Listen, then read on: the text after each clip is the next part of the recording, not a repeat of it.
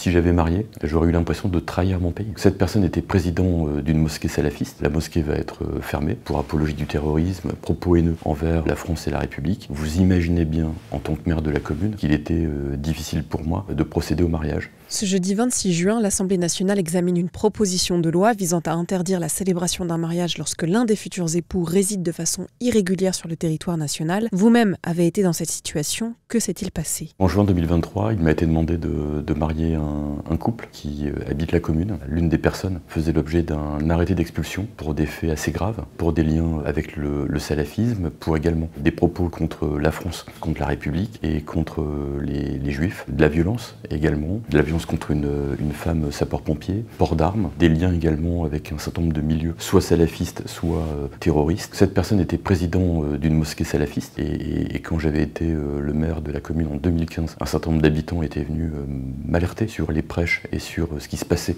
dans cette mosquée. Quelque temps après, en 2018, la mosquée va être fermée pour apologie du terrorisme, propos haineux envers la France et la République.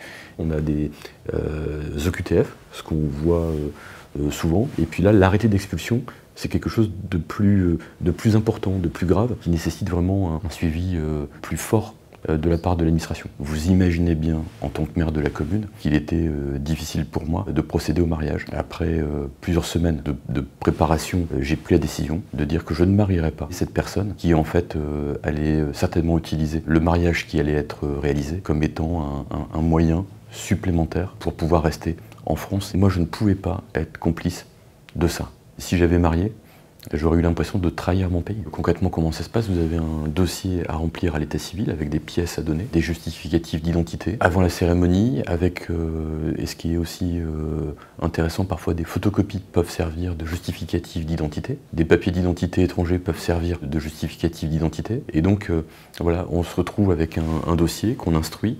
Ce dossier, si on a un doute, on peut éventuellement en parler avec le procureur, ce que j'avais fait. Le procureur m'avait dit, monsieur le maire, vous devez procéder au mariage. Parce qu'il faut savoir que le maire, dans ces cas-là, est sous l'autorité du procureur de la République. Quand moi j'ai reçu ma convocation au tribunal, je suis resté assis sur ma chaise, et après je me suis dit, on va se battre. Parce qu'en fait, on croit, quelles que soient nos opinions politiques, on a quelque chose au-dessus de nous qui est la France. Et donc on doit la protéger. Après, je me suis défendu, je connaissais les risques, mais j'assumais. J'ai assumé à la fois ma décision et j'allais assumer l'éventuelle condamnation. Et le tribunal ne m'a pas condamné. Mais en tout cas, je peux vous dire que cette convocation, elle m'a fait un peu de mal. Pourquoi cette proposition de loi est-elle nécessaire selon vous? Que dit la loi actuellement des obligations d'un maire à célébrer un mariage? N'importe quel citoyen peut être marié, il y a une liberté fondamentale liée au mariage. Les gens ne le savent pas. Les maires sont dans l'obligation de marier. C'est pour ça que cette proposition de loi tend à modifier cet aspect-là et surtout à protéger les maires. Parce qu'avec d'autres collègues maires en France, on a parfois été confronté, et on est encore confronté, à ces situations. La maire de Bourg-les-Valences, le maire de Béziers et d'autres qui sont poursuivis pour des faits à peu près similaires. Quand vous êtes maire et que vous êtes soumis à cette obligation, vous vous mettez en risque, et soit vous faites l'autruche, soit vous dites à un moment donné stop. En fait, si le maire refuse de marier, vous vous exposez à des poursuites, qui sont des poursuites graves, parce que des poursuites pénales, 5 ans de prison, une amende, l'inéligibilité, et c'est ça qui est complètement incompréhensible. Moi, dans ma situation, le fait d'avoir refusé de marier a entraîné des poursuites de la part des personnes dont j'ai refusé le mariage, et qui m'ont poursuivi par la suite en demandant inéligibilité, l'emprisonnement, plus l'amende, etc., etc.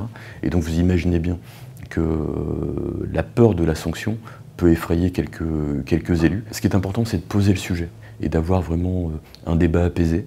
Il y a déjà eu en première partie le Sénat, et surtout ce que j'espère, c'est qu'il n'y ait pas de censure du Conseil constitutionnel, parce qu'on a toujours cette possibilité de censure. Ce que je note, c'est que le président de la République, le garde des Sceaux et le ministre de l'Intérieur ont marqué leur soutien à cette proposition de loi, et donc j'espère qu'elle sera adoptée par une majorité pour justement protéger tous les maires et tous les 36 000 maires de France. En tout cas, moi je peux vous dire que si c'était à refaire, je le referais.